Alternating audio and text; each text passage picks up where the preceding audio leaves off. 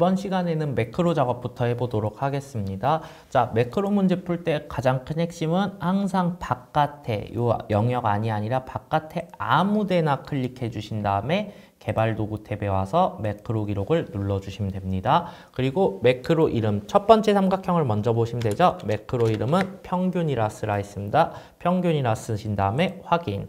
그리고 나서 영역을 보면 되죠. 첫 번째 삼각형만 먼저 처리한 겁니다. 그 다음에 문제 보니까요. 영역을 보니까 D4에서 D14 이렇게죠. 영역을 잡아주신 다음에 평균을 계산하는, 계산이란 말이 나왔으면 수식 입력줄로 와서 는, 그 다음에 평균을 계산하라. 그러면은 수식이든 함수든 나오겠죠. 에버리지 쓰래요. AV. 그래서 에버리지 더블 클릭. 자, 그 다음에 한 줄 법칙만 기억해 주시면 된다 했어요. 이거 이렇게 절대 전체 잡을 필요 없습니다. 근데 예를 들어서 계산 문제를 하는데 이렇게 전체를 잡았어요. 그 다음에 괄호를 닫았습니다. 예를 든 겁니다. 일부러 이 상태에서 컨트롤 엔터를 눌러보니까요. 뭔가가 나온 것 같아요. 근데 잘 보시면은요. 네. B4에서 C14 이만큼이죠. 그리고 B5에서 C15, B5에서 C15 이만큼이죠. 네, 요거 같은 경우는 안전하게 이렇게 클릭해보면 영역들이 선택되죠. ESC 눌러봐도 되고요. 이렇게 범위가 달라지는 게 보이실 거예요. 그래서 기본적으로 매크로 문제는 전체 영역 잡는 문제는 잘 안 나온다 생각해 주시면 되고요. 만약에 매크로를 잘못했으면은 제가 개발 도구에 매크로를 가야 된다 했습니다. 근데 지금처럼 아직 기록 중지를 안 눌렀죠? 안 누른 상태에서는요, 잘못했으면 얼마든지 수정해 주셔도 돼요. 만약에 조금이라도 잘못했다, 그 부분만 딱 수정하시면 돼요. 그래서 최종 결과값이 나오게. 그래서 기록 중지를 누르냐 안 누르냐도 그만큼 중요합니다. 잘못했다, 그럼 이거 그냥 지워놓고요. 다시 는에서 AV 하신 다음에 에버리지.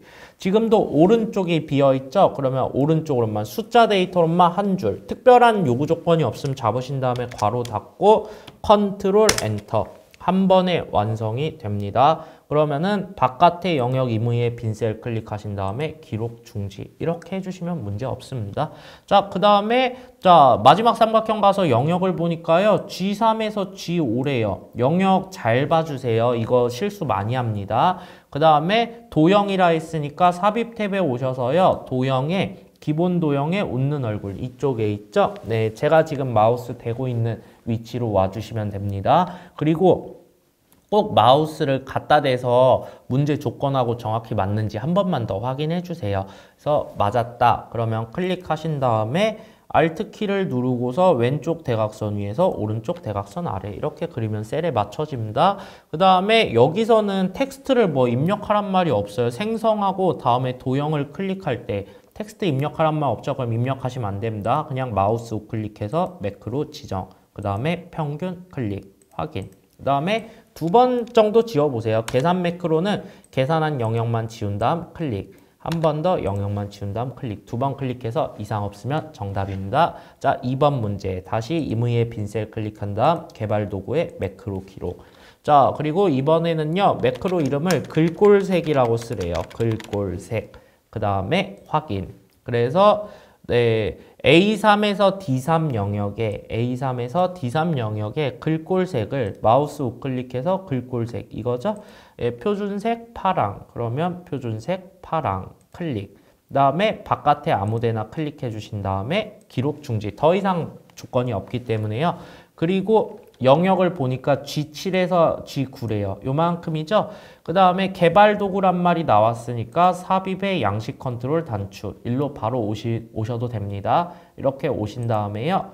자, 또 이제 문제는 단추는 영역이 사라집니다. 그렇기 때문에 어디까지 그릴지 정확히 기억해 주세요. 그 다음 Alt 눌러서 마우스 왼쪽으로 그릴 위치까지 한 다음에 손을 떼주시면 됩니다. 그리고 매크로 연결시켜주면 되겠죠? 그러고 난 다음에 이번에는 텍스트를 글꼴색으로 입력하래요. 그래서 클릭해서 글자 지워주신 다음에 글꼴색 그리고 마우스 딴 데 클릭했다가 여러 번 클릭해보세요. 여러 번 클릭한 이유 딱 하나입니다. 매크로가 잘 실행되는지 안 되는지 확인하는 겁니다. 그래서 이상 없이 됐으면 임의의 빈셀 클릭하신 다음에 저장을 눌러주시면 됩니다. 자, 이제 차트 작업 가보겠습니다. 자, 차트도 항상 출력 형태를 같이 보면서 문제 1번부터 5번까지 순서대로 가는 것이 핵심입니다. 자, 1번 문제를 보니까요. 출력 형태와 같이 등록 고객 수의 영역이 차트에 표시되도록 추가하라고 합니다. 자, 그래서 뭔가를 추가하라고 했죠. 그때는 컨트롤 CV만 기억해 주세요. 영역을 얼만큼 잡을지는 가로축하고 범례를 보고 결정을 하는 거고요. 잡을 때 컨트롤 CV만 기억해 주시면 편합니다. 그러면은 보니까요. 가로축은 부평점, 사당점, 고향점, 출력 형태도 다 똑같죠. 여기 전체죠. 여기 전체입니다. 그 다음에 범례를 보니까 전년 매출밖에 없어요. 등록 고객 수란 건 출력 형태인데 여긴 없습니다. 그럼 여기 있죠. 그래서 제목을 포함해서 이 전체 영역을 다 잡아주시면 되겠죠. 이 영역을 잡아서 컨트롤 C. 그 다음에요. 붙여 넣을 때는요. 차트 아무데나 클릭하셔도 돼요. 아무데나 클릭하신 다음에 컨트롤 V. 그러면은 자연스럽게 가로축에 그 빨간색 데이터 막대가 생기면서 범례까지 생겼습니다. 이렇게 해주시면 되고요. 자, 2번 문제 보겠습니다. 차트 제목은 차트 위. 그러면은 이제 디자인 탭을 눌러주시면 되겠죠. 디자인 탭을 눌러주셔서 차트 요소 추가해 오면 차트 제목이 있습니다. 그래서 여기서 차트 위 클릭해 주신 다음에요. 자, 그 다음에 A1 셀과 연동되도록 하래요. 그러면은 이거는 무조건 수식 입력줄을 에서만 할 수 있어요. 그리고 뭔가 연결한다는 건 이미 데이터표에서도 봤겠지만요. 는을 써야지만 연결이 됩니다. 근데 여기서는요. 는을 쓴 다음에 A1 셀을 클릭해도 잠시만요. 네. 여기서는요, 는을 쓴 다음에 A1 셀을 클릭해도 사실 이렇게 아무 반응이 없어요. 그렇다고 우리가 직접 A1이라고 이렇게 쓸 수가 없기 때문에요. 그래서 제가 컨트롤 Z로 잠깐 되돌릴게요. 네. 차트 요소 추가해서 차트 제목에 차트 위. 이렇게 됐으면은 수식 입력줄이 클릭되어 있어야 됩니다. 이렇게 수식 입력줄이 클릭되어 있는 상태에서 는을 쓴 다음에요. A1 셀을 클릭해야지 지금처럼 내 차트 작업 A1이라고 나옵니다. 그러면은 엔터.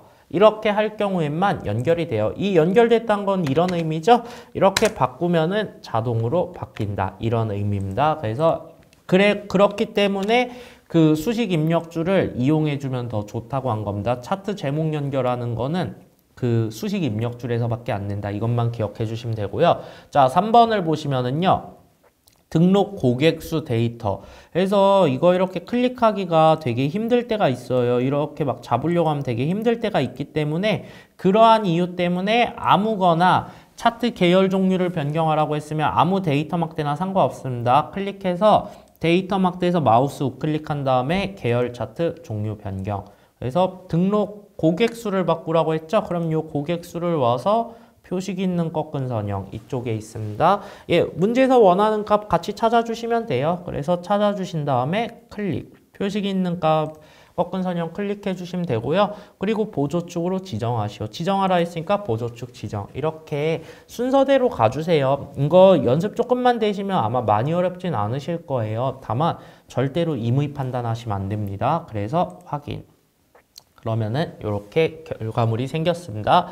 자, 그 다음에 4번 기본 세로값 축. 그러면 여기죠. 기본 세로값 축, 세로값 축 여기입니다. 잘 모르겠을 때는 아무 데서나 마우스 우클릭하고 차트 제목을 이렇게 클릭하면은 요소값이 안 나와요. 그럴 땐 다른 데 클릭해 보세요. 이렇게 나오는 걸 찾아주시면 돼요.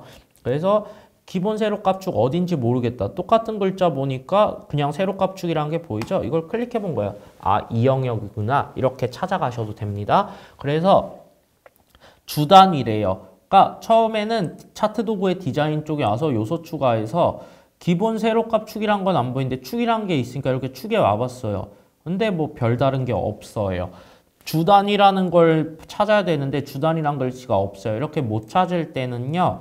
해당 요소 값에 가서 더블 클릭. 그런데 문제는요. 제가 잠깐만 닫아볼게요. 문제는 이 숫자 사이에 이 흰색은 차트 영역이라 했습니다. 그래서 여기 더블 클릭하면 차트 영역 서식이 나와요.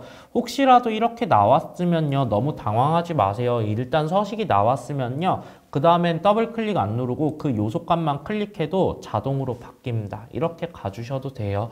그리고 주단위라고 했으니까 주단위랑 글자를 찾아보는 거예요. 여기 있나? 뭐 관련된 단어가 딱히 없는 것 같아요. 그러면 이렇게 옆으로 넘어가 보세요. 지금은 일부러 방법을 알려드리려고 천천히 하는 겁니다. 그래서 주 단위가 어디 있을까 막 이렇게 하나씩 클릭을 해보시는 거예요. 문제에서 요구하는 단어 똑같은 게 있는지 없는지 이런 식으로 클릭하시면서 가시다 보면은요. 여기 오른쪽 끝에 보면은요. 이 축 옵션 이렇게 클릭해 보면은요. 여기 있습니다.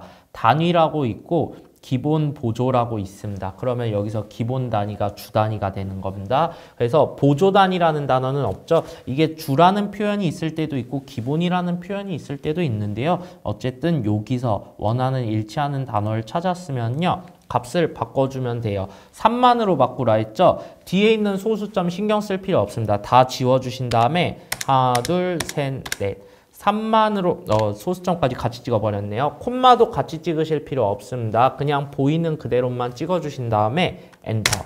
그러면은 이거 간격이죠. 0에서 3만, 6만, 9만, 12만 이런 식으로 간격이 바뀌게 됩니다. 자, 그 다음에 5번. 범례의 위치는 그러면 이것도요. 차트 요소 추가가 보면요. 범례라는 단어가 있죠. 그래서 오른쪽으로 지정하고 이쪽에 마침 왔네요. 오른쪽을 이렇게 클릭해 주시면 됩니다. 그 다음에 도형 스타일은 보시면은요. 도형 스타일 같은 경우는요. 혹시라도 차트 스타일, 도형 스타일, 색 변경 이런 거 나올 경우에는요. 색 변경은 여기서 할 수 있습니다. 차트 스타일은 이쪽에 있습니다. 그리고 도형 스타일이라고 했죠. 그러면은 앞에서 범례라고 했잖아요. 그러면 범례가 클릭이 되어 있어야 됩니다. 이렇게 클릭이 되어 있는 상태에서 이건 사실 더블 클릭이나 이런 거 해도 못 찾거든요. 그래서 바깥에 다른 데 클릭한 다음에 이렇게 범례가 클릭되어 있는 상태에서요. 서식으로 와주시면 됩니다. 도형 스타일은 약간 예외로 기억해 주시면 돼요. 이렇게 차트 도구 안에 서식 쪽에 있습니다. 그래서 바로 밑에 보면 도형 스타일이라고 나왔죠. 그래서 자세히를 클릭해 주신 다음에요. 미세 효과 바다색 강조 5 그러면은 여기에 있네요. 미세 효과 바다색 강조 5 문제에서 요구하는 조건이랑 똑같은 걸 찾아가지고 클릭을 눌러주시면 됩니다. 그러면은 출력 형태랑 같이 색깔이 바뀐 게 보이실 거예요. 이렇게 다 완성이 됐으면 임의의 빈셀을 클릭하신 다음에 저장을 눌러주시면 됩니다. 항상 차트는요. 요소값 낯선 용어들이 많이 나올 수도 있으니까 스타일에 대한 얘기나 색 변경에 대한 얘기를 제외하고서는요. 웬만한 거는 차트 도구의 디자인 탭에 차트 요소 추가나 또는 그게 안 되면은 오른쪽에 있는 그 더블 클릭 눌러서 서식을 가서 찾아보시면 됩니다. 이것만 연습이 잘 되시면요. 아마 어렵지 않게 각각 2점씩입니다. 그래서 잘 맞추실 수 있으실 겁니다. 끝났으면 저장 다시 한번. 저장은 여러 번 눌러도 문제될 거 없습니다. 그러니까 안전하게 항상 여러 번 눌러주시는 습관도 들여주시면 좋을 것 같습니다.